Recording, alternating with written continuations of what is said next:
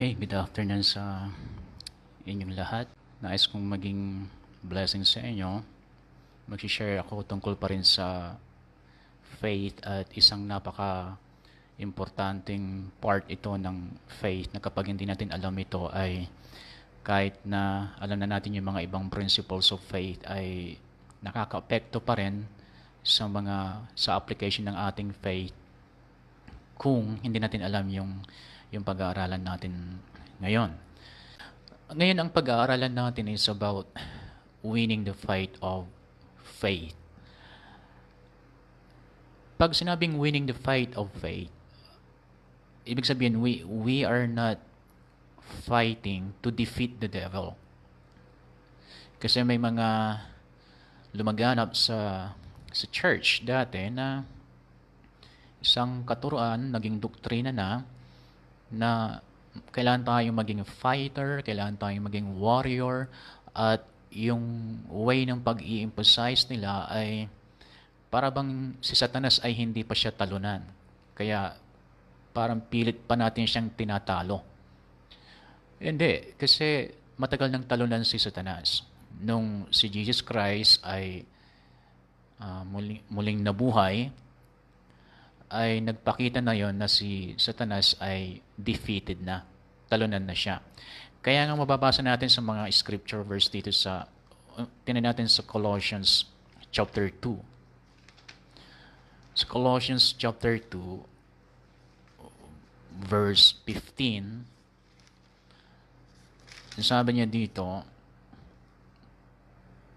from the New King James Version, sabi niya, having disarmed principalities and powers, he made a public spectacle of them,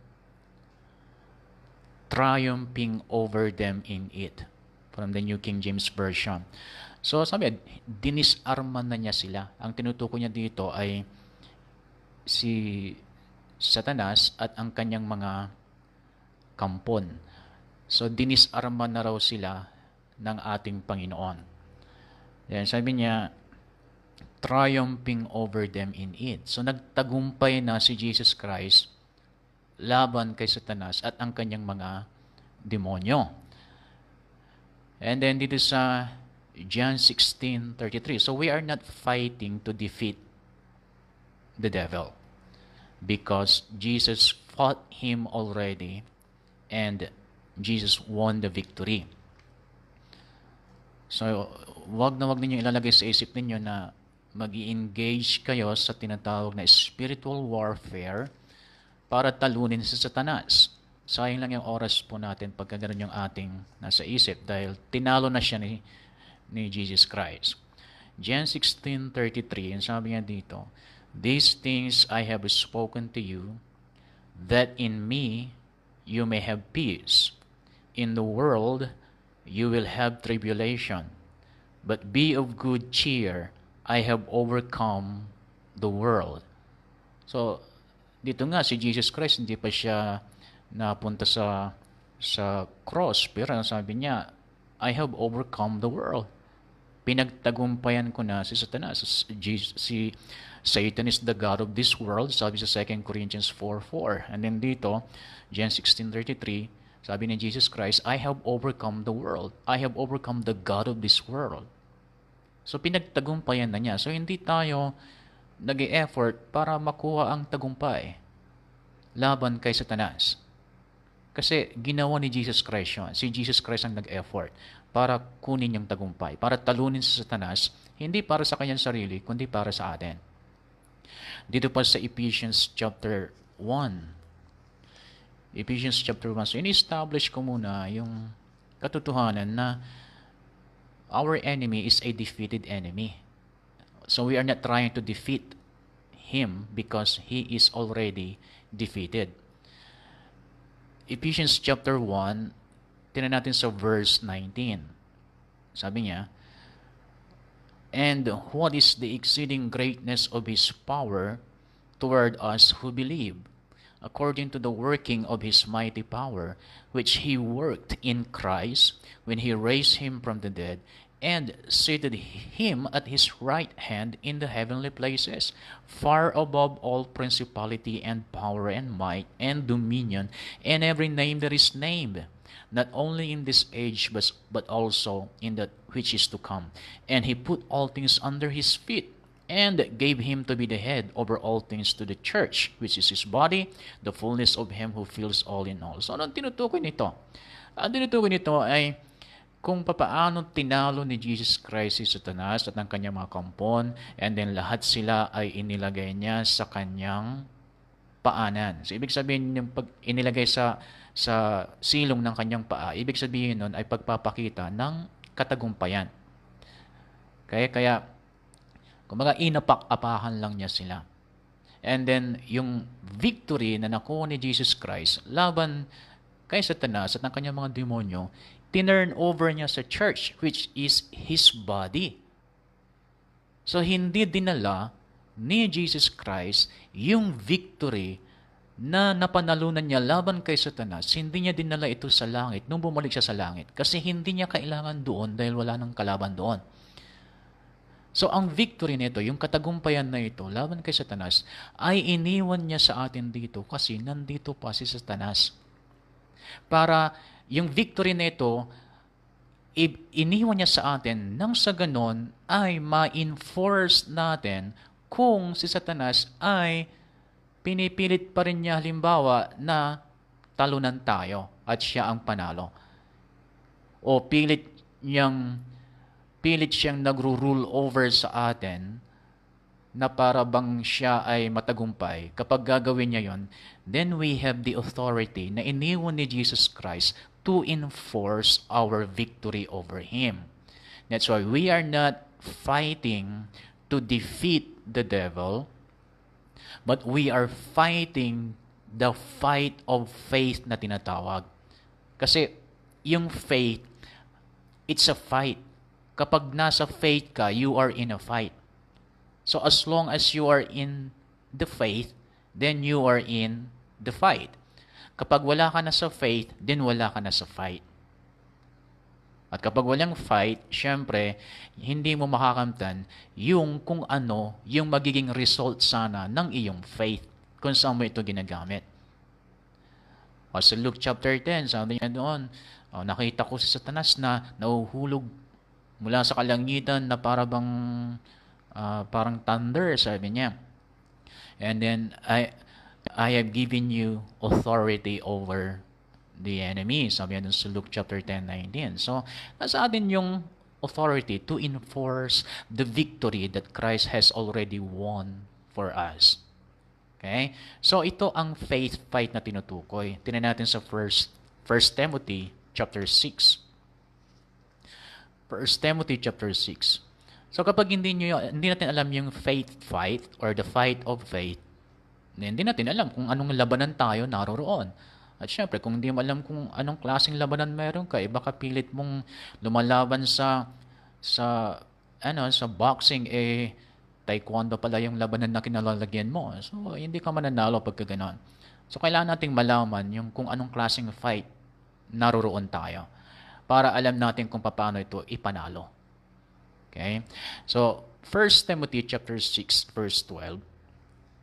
Sabi niya, fight the good fight of faith. Lay hold on eternal life, to which you were also called and have confessed the good confession in the presence of many witnesses. So, tinan yung first sentence, fight the good fight of faith. So, yung fight na kinalalagyan natin, it is a faith fight at saka ang kanyang pagkakadescribe ay good fight.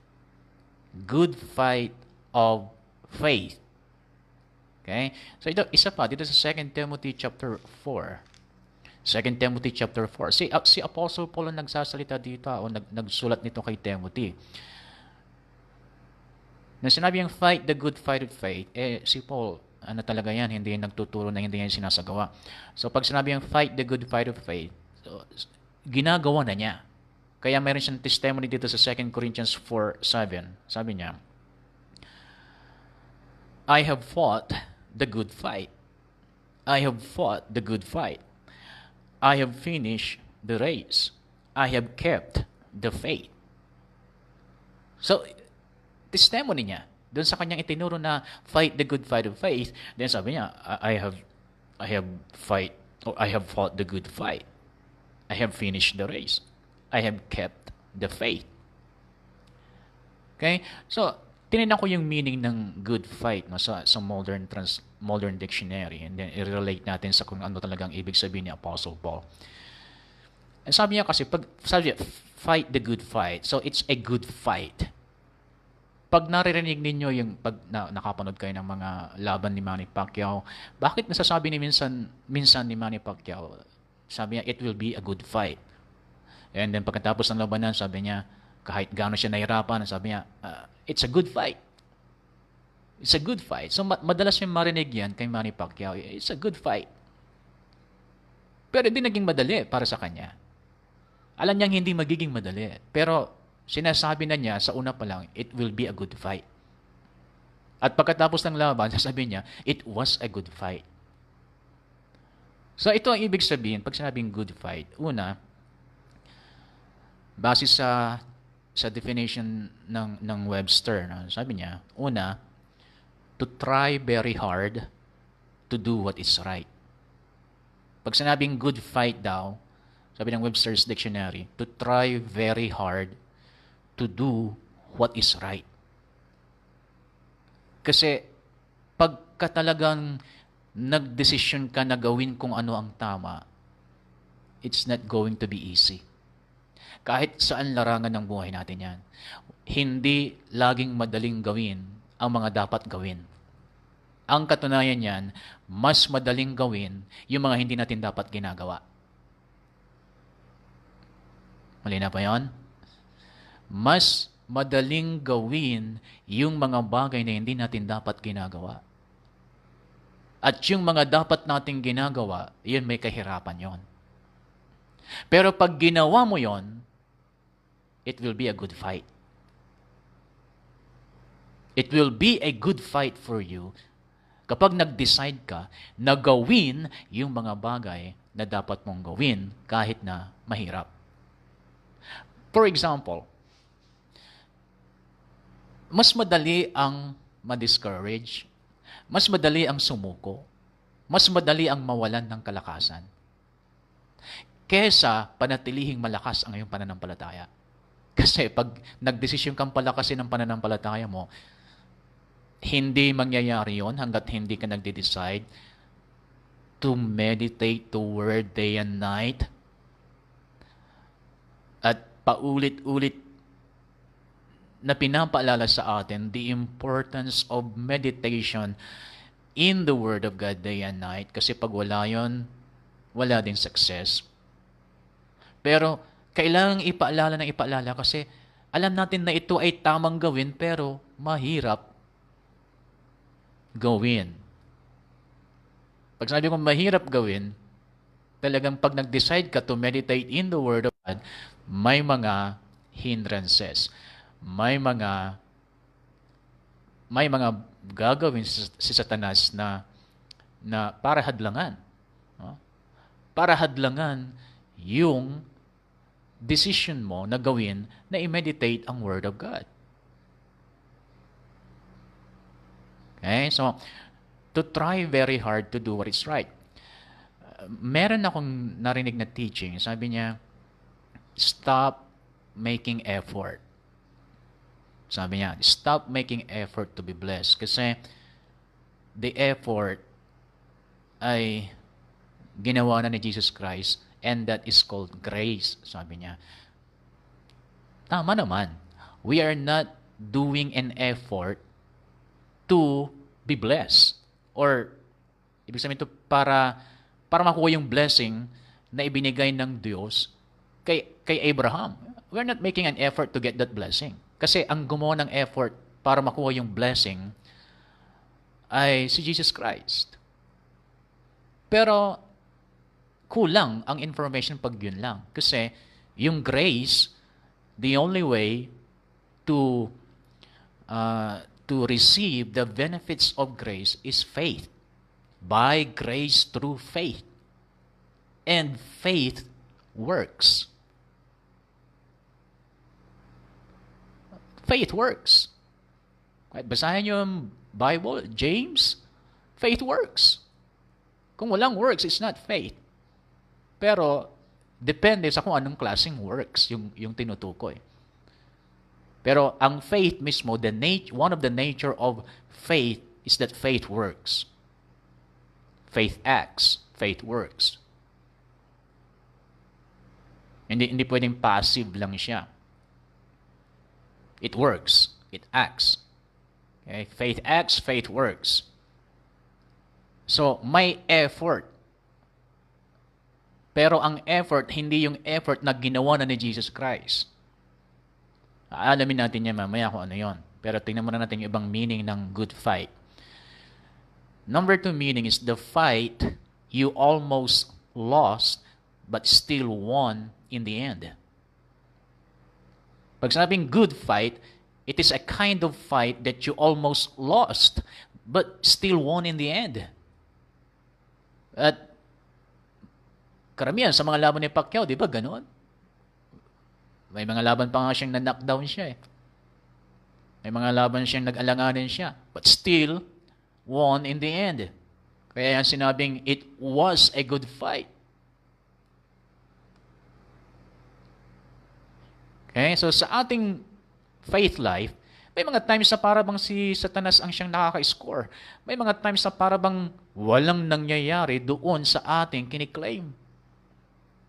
Ginagawa natin lahat yung mga dapat nating gawin, pero wala pa rin tayo nakikitang ebidensya na mayroong nangyayari sa kiniklaim natin. At dahil doon, parang gusto na nating sumuko minsan.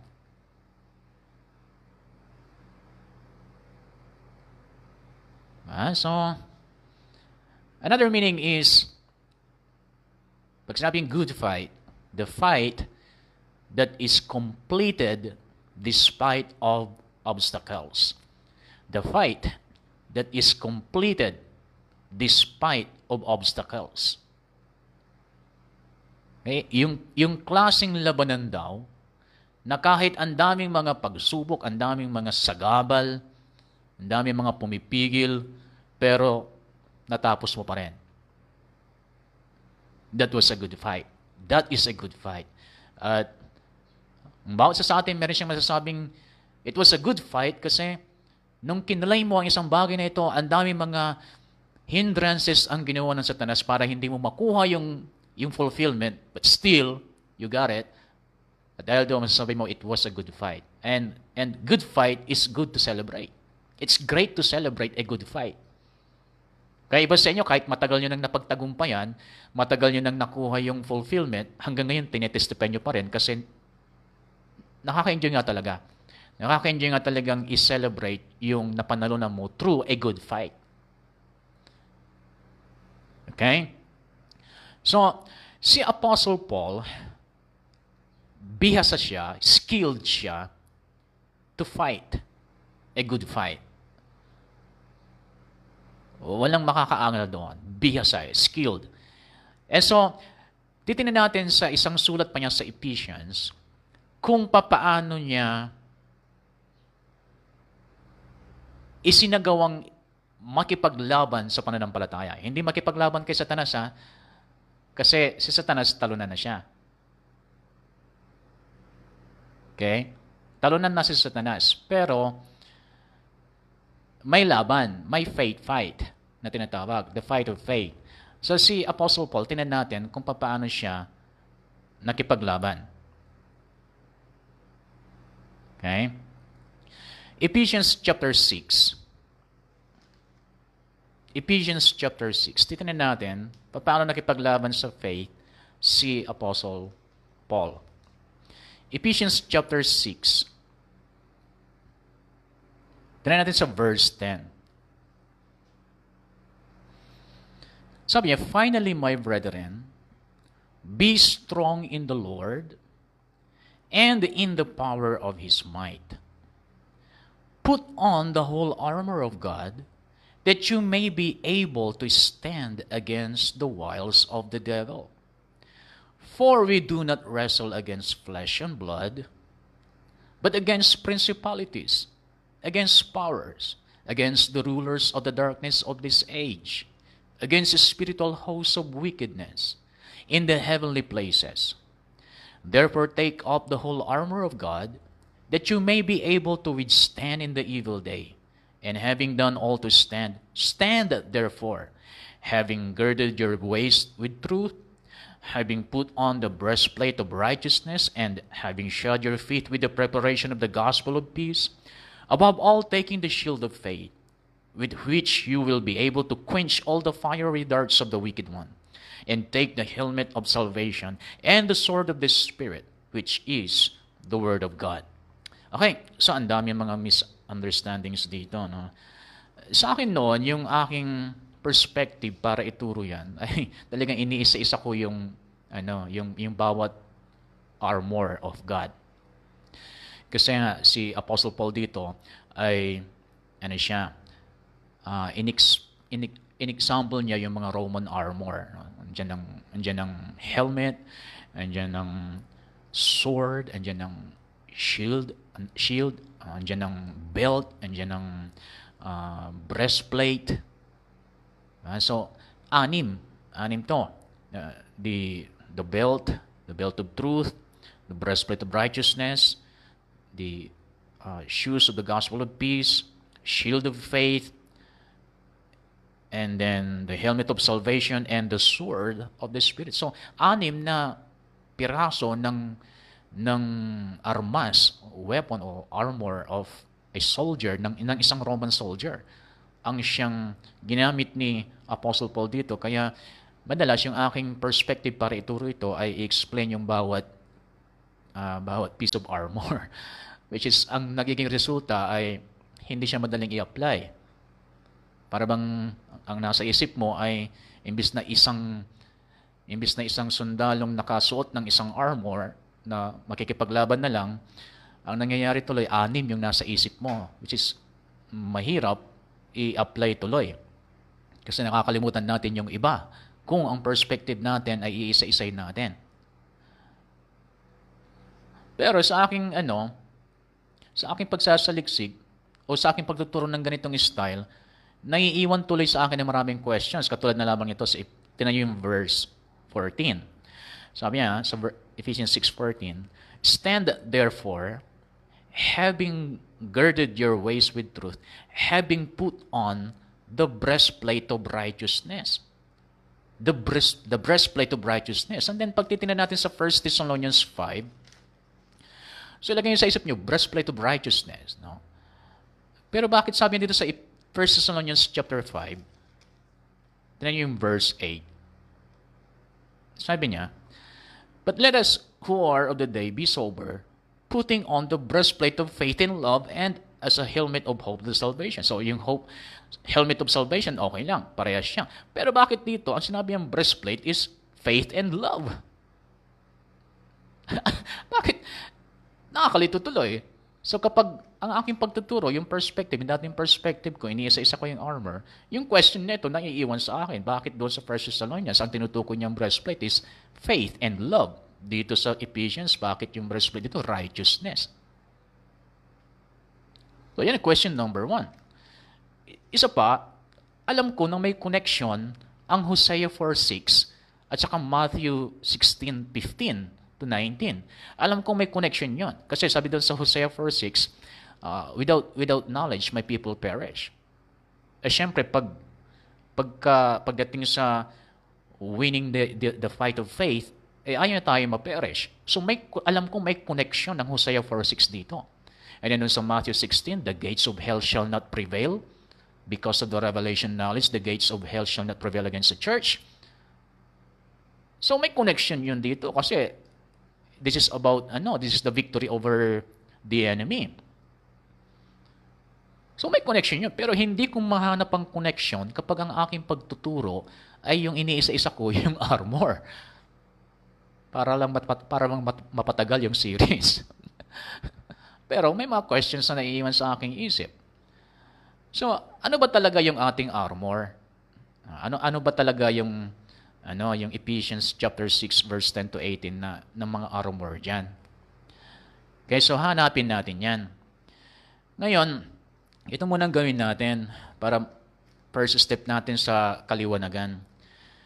Nakita natin doon sa 1 Thessalonians 5:8 na hindi naman consistent talaga yung paggamit ni Apostle Paul ng analogy patungkol sa Roman armor. Okay? So, siguro mas maganda kung babasahin natin itong Ephesians chapter 6, mas maganda pag hindi natin babasahin yung mga armor. Punta tayo doon kaagad sa kanyang tinutukoy. Ngayon, hindi ko binabawasan ng Biblia. Huwag tayong maging religious dito. Hindi ko binabawasan yung Biblia. Ang point ko dito ay ipaunawa sa inyo yung nilalaman ng Biblia. At para magawa natin yon, may mga pansamantala tayong dapat itabi muna para makita kung ano talagang ibig sabihin. Okay, may tawag doon sa kung paano mag-interpret. Hindi natin tatalakayan yan. Pero gagawin natin ngayon. At makikita natin, first step natin, makikita natin ng liwanag. So babasahin ko ng malakas na hindi ko babasahin yung pangalan ng mga armor. Kaya ganito. Umpisa natin sa verse 10. Ephesians 6:10. Sabi niya, "Finally, my brethren, be strong in the Lord and in the power of His might. Put on the whole armor of God, that you may be able to stand against the wiles of the devil. For we do not wrestle against flesh and blood, but against principalities, against powers, against the rulers of the darkness of this age, against spiritual hosts of wickedness in the high heavenly places. Therefore, take up the whole armor of God, that you may be able to withstand in the evil day. And having done all to stand, stand therefore, having truth, having righteousness, having the gospel of peace, above all taking faith, with which you will be able to quench all the fiery darts of the wicked one, and take salvation and the word of God." Panagay nyo? May konting liwanag? Kasi kapag babasahin natin, isasama natin babasahin yung pangalan ng mga armor, ay parang nakakalito siya. Babasahin kong gano'n. Stand therefore having, verse 14, "Stand therefore having girded your waist with truth, having put on the breastplate of righteousness, and having shod your feet with the preparation of the gospel of peace, above all taking the shield of faith, with which you may be able to quench all the fiery darts of the wicked one, and take the helmet of salvation and the sword of the Spirit, which is the word of God." Pag binabasa natin kasi yung mga pangalan ng armor, nalilihis yung direction. Kasi ang attention natin napupunta doon sa armor. At hindi doon sa kung saan yung talagang pinupunto ni Apostle Paul.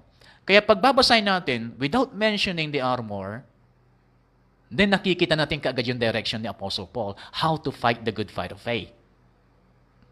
Ulitin ko, sabi niya, verse 14. "Stand therefore, having truth, having righteousness, having the gospel of peace, above all, taking faith, with which you will be able to quench the fiery darts of the wicked one, and take salvation and the word of God." See, pag ganyan ang ating pagbasa, madali siyang i-apply. Kasi ang tinutukoy lang niya talaga, ang tinutukoy niya na armor natin so that we can stand against the enemy is our knowledge about our salvation, knowledge about faith, knowledge about the Word of God, knowledge about righteousness, knowledge about the love of God. Revelation knowledge of God and His Word ang siyang tinutukoy niya na gagamitin natin to stand against the enemy so that the enemy shall not prevail against us, so that we will not perish. Very simple, di ba? Hindi, nahihirapan tayong intindihin kung ano talaga ang ibig sabihin ng Apostle Paul, how to fight the good fight of faith, kasi ang daming direction na pupunta ng ating isip dahil sa mga na-mention niya na armor. Which is pagdating sa 1 Thessalonians, hindi naman siya talaga consistent sa paggamit ng armor. So ang talagang consistency ni Apostle Paul, wala doon sa paggamit niya doon sa armor, kundi doon sa revelation knowledge. Kaya si Apostle Paul, siya may pinakamaraming sinulat sa New Testament because of the revelation, abundance of revelation knowledge na natanggap niya. And because of that, hindi siya na-perish. Nagawa niya ang pinapagawa ng Lord sa kanya before siyang na-execute. At dahil doon, na-establish niya ang maraming church. Hindi nag-prevail si Satanas sa kanya. Nagawa lang ng Satanas sa buhay. Nagawa lang ni Satanas ang kanyang gustong gawin kay Paul kapag meron siyang permission na gawin ni Satanas sa kanya yon. But when it comes to the revelation knowledge ni Apostle Paul, walang nagawa si Satanas sa kanya. Hindi nag-prevail si Satanas kay Paul when it comes to the revelation knowledge. Kasi yung sabi doon sa Matthew 16, because of the revelation knowledge na na-receive ni Peter, sabi niya, the gates of hell shall not prevail against the rock. The rock is the revelation knowledge. Kung doon ka nakatayo sa rock of revelation knowledge, yun ang foundation mo, hindi ka mauuga. At kung walang revelation knowledge, wala kang revelation knowledge about your salvation, about your faith, about your righteousness. Kapag wala kang revelation knowledge, you will perish and you will not be able to stand against the wiles of the enemy. You cannot stand. Yung standing dito ay in-emphasize ni Apostle Paul, how we are going to fight the good fight of faith. Ang analogy dito is standing firm in the Word of God. Standing firm in the revelation knowledge of the Word of God. Once na nakareceive ka ng revelation knowledge from the Word of God, then stand firm sa revelation na yan until it comes to pass. So pag walang revelation knowledge, paano ka makakatayo? Paano ka makakalaban? Ang labanan dito standing firm. Kasi ang kanyang ginamit na example is the wrestling match. Yung wrestling nila dati, iba sa wrestling natin ngayon.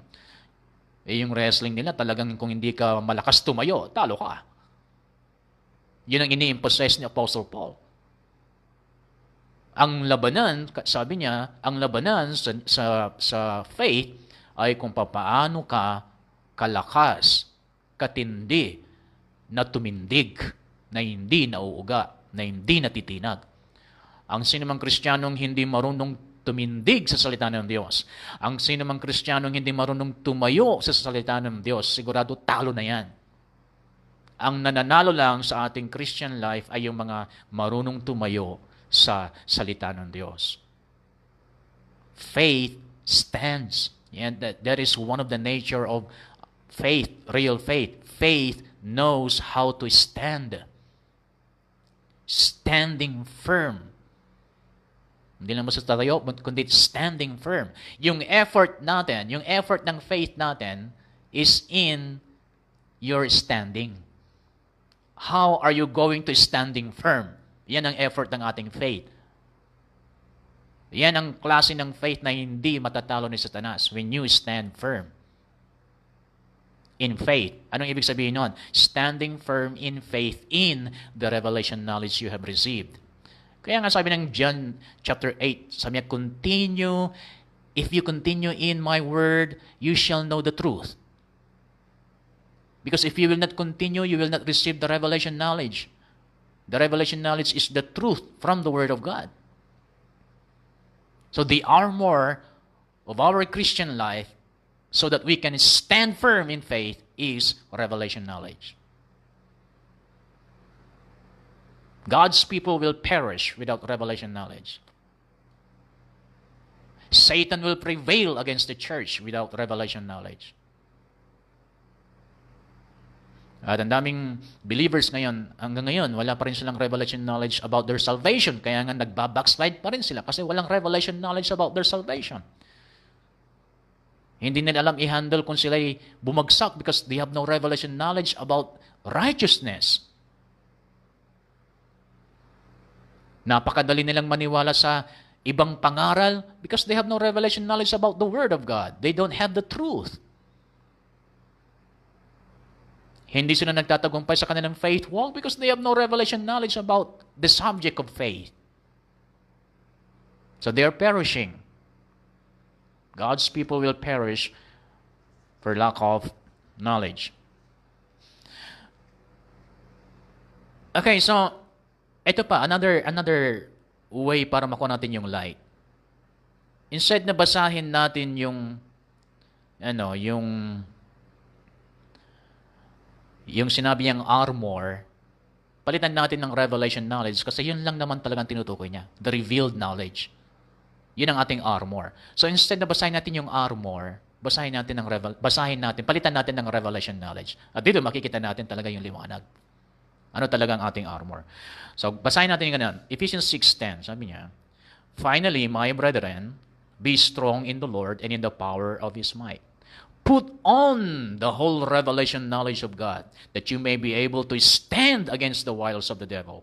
For we do not wrestle against flesh and blood, but against principalities, against powers, against the rulers of the darkness of this age, against the spiritual hosts of wickedness in the heavenly places. Therefore, take up the whole revelation knowledge of God, that you may be able to withstand in the evil day.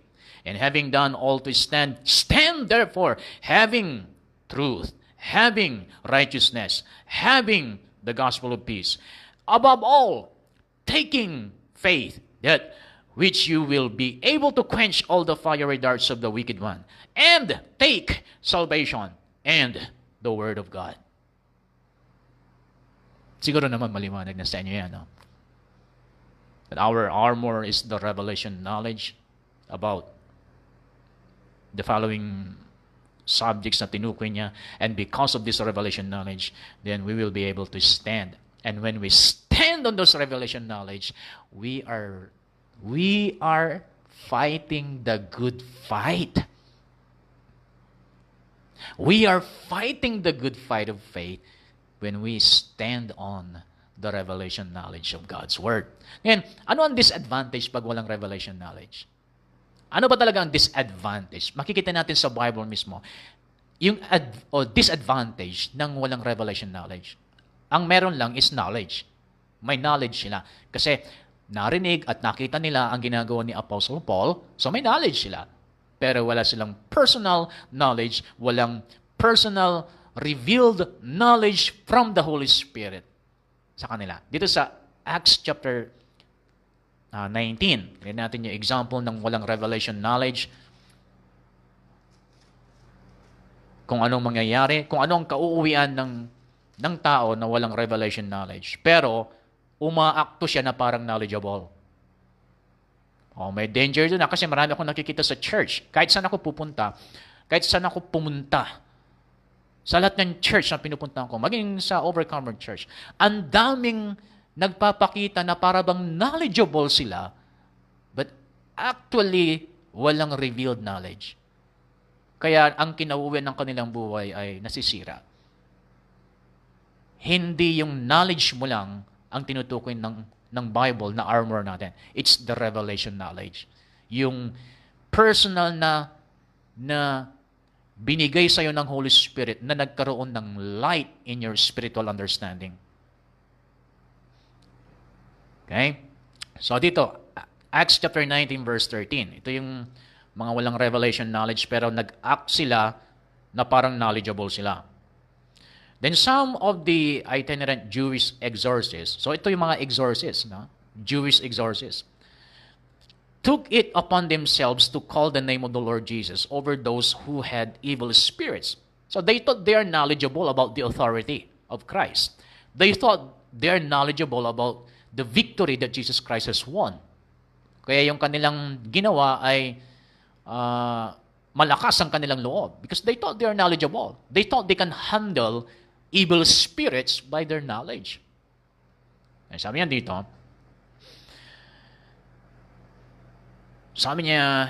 then some of the itinerant Jewish exorcists took it upon themselves to call the name of the Lord Jesus over those who had evil spirits, saying, We exorcise you by the Jesus whom Paul preaches. whom Paul preaches. Also, there were 7 sons of Sceva, a Jewish chief priest, who did so. And the evil spirits answered and said, Jesus I know, Paul I know, but who are you? So, ibig sabihin ganito, yung Jesus Christ na sinasabi ninyo, alam ko, kilala ko yan, kasi pinahirapan ako niyan, tinalo ako niyan. Si Paul, na tinutukoy niyang nagturo about the authority of Christ, kilala ko din. Kasi ginamit niya ang kanyang authority, ni-reveal sa kanya ng Holy Spirit, ang authority over me, kaya wala akong nagawa sa kanya. Kasi knowledgeable talaga itong si Paul tungkol sa authority of Christ. Meron siyang personal knowledge tungkol sa authority of Christ. Meron siyang revelation knowledge. Sabi niya, pero kayo wala. O, sino kayo? Kasi para kay Satanas, you are nobody if you will face him without revelation knowledge. You're nobody. Kahit gaano kataas ang pinag-aralan mo, kahit gaano ka kayaman, gaano ka kalakas physically, gaano ka katalino, if you will face the devil, you are nothing, you are nobody without revelation knowledge. Ang nire-respeto lang ni Satanas ay yung mga may revelation knowledge. Kasi yan ay armor.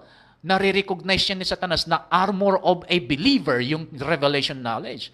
At wala siyang chance to defeat kapag may armor. Ang kanya magagawa lang is to deceive you. Papakita niya sa'yo na parang walang nangyayari, pero sa totoo lang may nangyayari. Yan ang kanyang chance. Yan ang kanyang chance sa mga may revelation knowledge.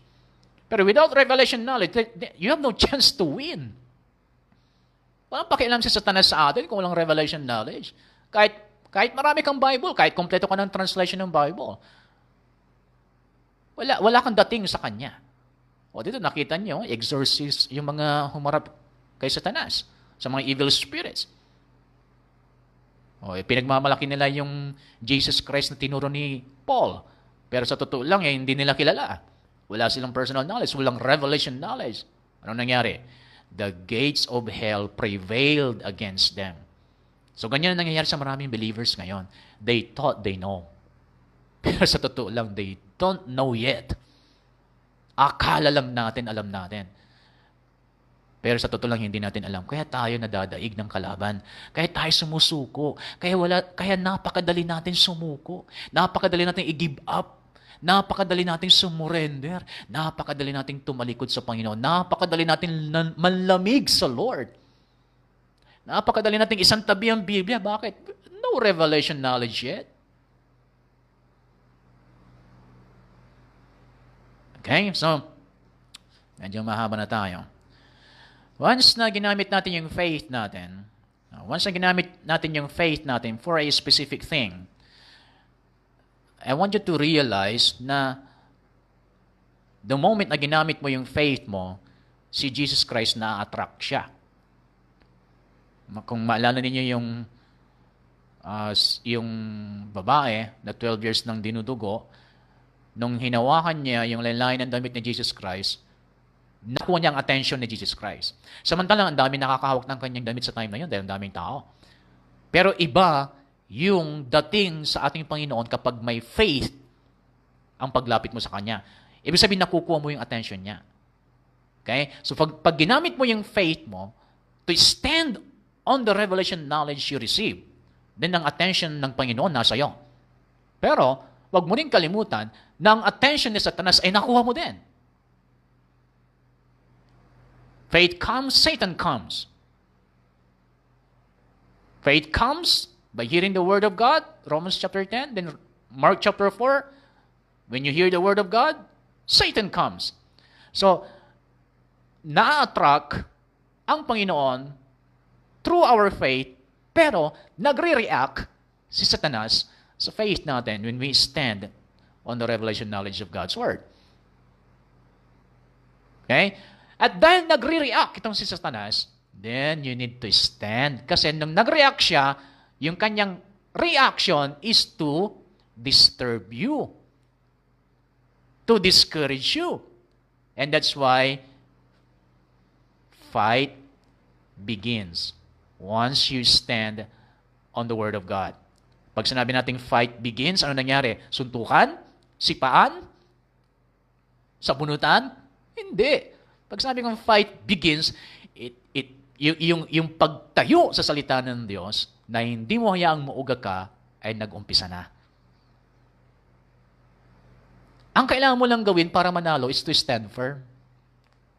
Wala nang iba, just to stand firm. Kasi yan yung sinabi Ephesians chapter 6, stand firm with your armor, revelation knowledge. Yan ang gagawin mo, simple lang. And yet it will produce victory. Bakit? Kasi yung victory na-produce na yan ni Jesus Christ noon. Ang kailangan mo lang is tumayo. Huwag give up. Sa tinapos na niya. Okay? Ngayon, when you stand in the Word of God, you need something to support your faith. Bakit? Isa sa mga pagsubok na dapat pagdaanan ng mga mananampalataya na hindi naunawaan ng marami kasi nga wala sila sa pananampalataya kaya hindi nila naunawaan yung pagsubok na ito. Actually, kinukonsider ko ito na isa sa mga pinakamatinding pagsubok na dadaanan ng isang Kristiyano. Ang tawag na dito is long suffering.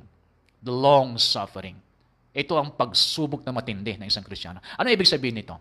Yung sa physical, the pain of standing long. Nasubukan nyo na ba talagang tumayo ng napakatagal? As in, wala talagang upuan. Hindi ka makakaupo, hindi pwede.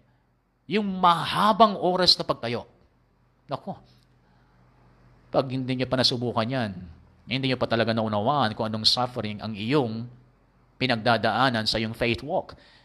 Kaya, konting pagsubok lang, gusto mo nang umupo sa pananampalataya, ayaw mo nang tumayo. Gusto mo nang mag-give up dahil mas maganda ang mag-Facebook kaysa sa tumayo sa pananampalataya.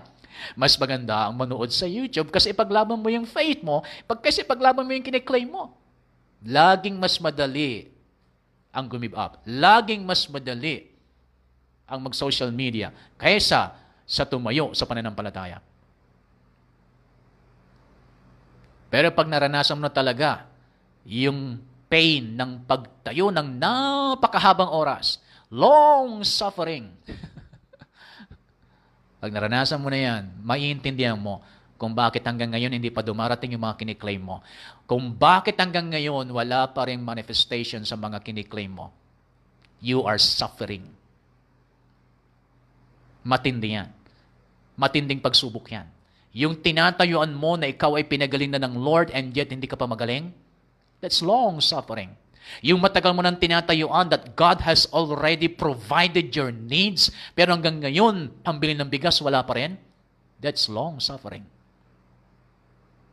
Matinding pagsubok yan. Yung alam mo na sinabi ng salita ng Diyos, pero wala pa rin hanggang ngayon, matagal mo nang tinatayuan. Yan yung pagsubok. Your faith is under trials. Pagkat tumatayo ka sa revelation knowledge about prosperity, pero hanggang ngayon, mahirap ka pa rin. Kapag tumatayo ka sa revelation knowledge about your healing, pero hanggang ngayon may sakit ka pa rin, that's long suffering. You're suffering. Your faith is under trial. And if your faith is under trials, it needs something to support it para hindi siya bumigay. Kailangan ng susuporta sa iyong pagtayo nang sa ganun hindi ka matutumba. Hindi bibigay yung paa mo. Kailangan ng susuporta. So ano yung tutulong sa atin para hindi tayo matutumba? Ano yung tutulong sa ating pananampalataya para hindi siya matumba? Ito, sinabi niya dito. Tingnan natin. Sa James chapter 1, ano yung susuporta sa ating pananampalataya para hindi siya mag-give up kapag hindi pa nararanasan o kapag hindi pa nangyayari yung kanyang kiniklaim by faith. James chapter 1,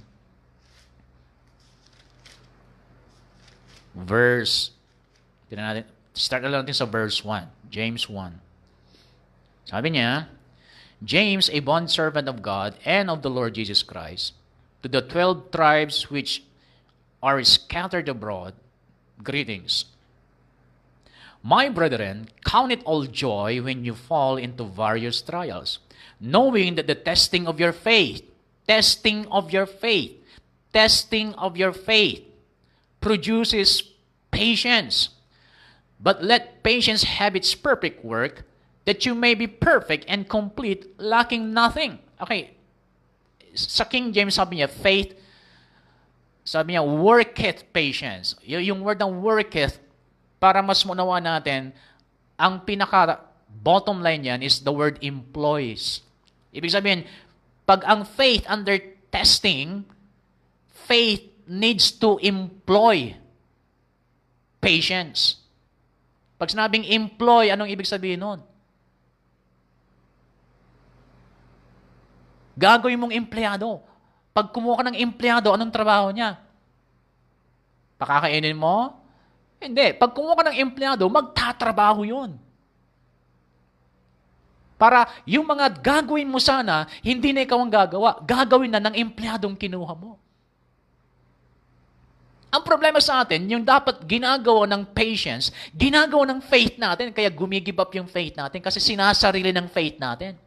Kapag ang faith mo under trials na yan, pagka hindi pa nagaganap yung mga pinag-pray mo, mga kinlaim mo, matagal-tagal na hindi pa rin nagaganap. Nako, pag wala kang i-employ na patience, gigib up ka, susuko ka, malalamig ka. Kasi para kang isang manager na ginagawa mo lahat ng trabaho. Hindi. Para hindi ka bumigay, mag-employ ka. Mag-hire ka. Mag-hire ka ng gagawa ng mga bagay na gagawin mo sana, pero gagawin na niya kasi hinire mo siya. So kapag ang faith mo is under trial, kasi hindi mo pa natatanggap yung mga kiniklaim mo, ang tagal-tagal na, so natatried yung faith mo, then mag-hire ka ng patience. Yung patience na ito ang dahilan kung bakit kahit matindi ang pagsubok, nandyan ka pa rin na nagko-confess that by the stripes of Jesus I am healed. That God has already provided my needs.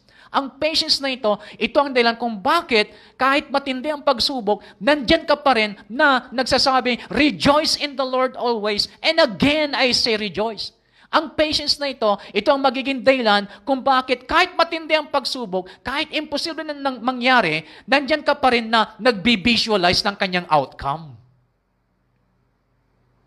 At yung confidence level mo, hindi nababawasan kahit nasa gitna ka ng pagsubok. Bakit? Kasi nagtatrabaho yung patience. Na-hinire mo. Kaya kung nahihirapan yung faith nyo, hindi kayo kasi nag-employ ng patience. Yung patience na ito ang dahilan kung bakit magiging constant yung spiritual life mo. May pagsubok o wala, still you are meditating in the Word of God, still you are praising and worshiping God, still you are rejoicing, still you are visualizing. Why? Because your patience is working for you. At ano ang kauuwian nito when your patience is working for you? Sabi dito, let patience do its perfect work. Pagtrabahuin mo ng husto yung patience mo. Ang mangyayari daw pag nagtrabaho ng gusto yung patience mo, hindi ka naapektuhan, constant ka lang, yung decision mo to stand in the revelation knowledge of God's Word, hindi nauuga, then ang kauuwian mo, sabi niya, that you may be perfect, complete, and lacking nothing. Ibig sabihin niya, pag natanggap mo na yung provisions, yung healing, then ang nangyari sa iyo nun, complete, lacking nothing. Ibig sabihin, ang kauuwian kapag nagtrabaho ang iyong patience, nagtrabaho yung patience mo, pag nagtrabaho yan, ang kauuwian ng faith mo is fulfillment. Perfect. And lacking nothing. Pero madalas hindi na uuwi sa fulfillment kasi walang patience. Okay, tingnan natin sa dito tayo magtatapos. Hebrews chapter 6. Hebrews chapter 6. So, faith stands, pero para makapanatili siyang nakatayo, mayroon siyang long suffering, ibig sabihin, makakatayo siya ng matagal, Makakayanan niyang tumayo ng matagal hanggat hindi dumarating ang fulfillment because of patience. Hebrews chapter 6, tingnan natin yung verse 12. Sabi niya, that you do not become sluggish, but imitate those who through faith and patience inherit the promises. You are trying to inherit the promise of God by faith alone. Dito, si Abraham ang tinutukoy dito at ng mga iba pang men of faith. Sabi niya, through faith and patience inherit the promises. Paano nila na-inherit ang promises? Through faith and patience. And then sabi niya, imitate those who through faith and patience. Faith and patience. If you want to inherit the promises of God, if you want to inherit the healing and health according to the Word of God, if you want to inherit the provisions of God, you need faith and patience. Combined.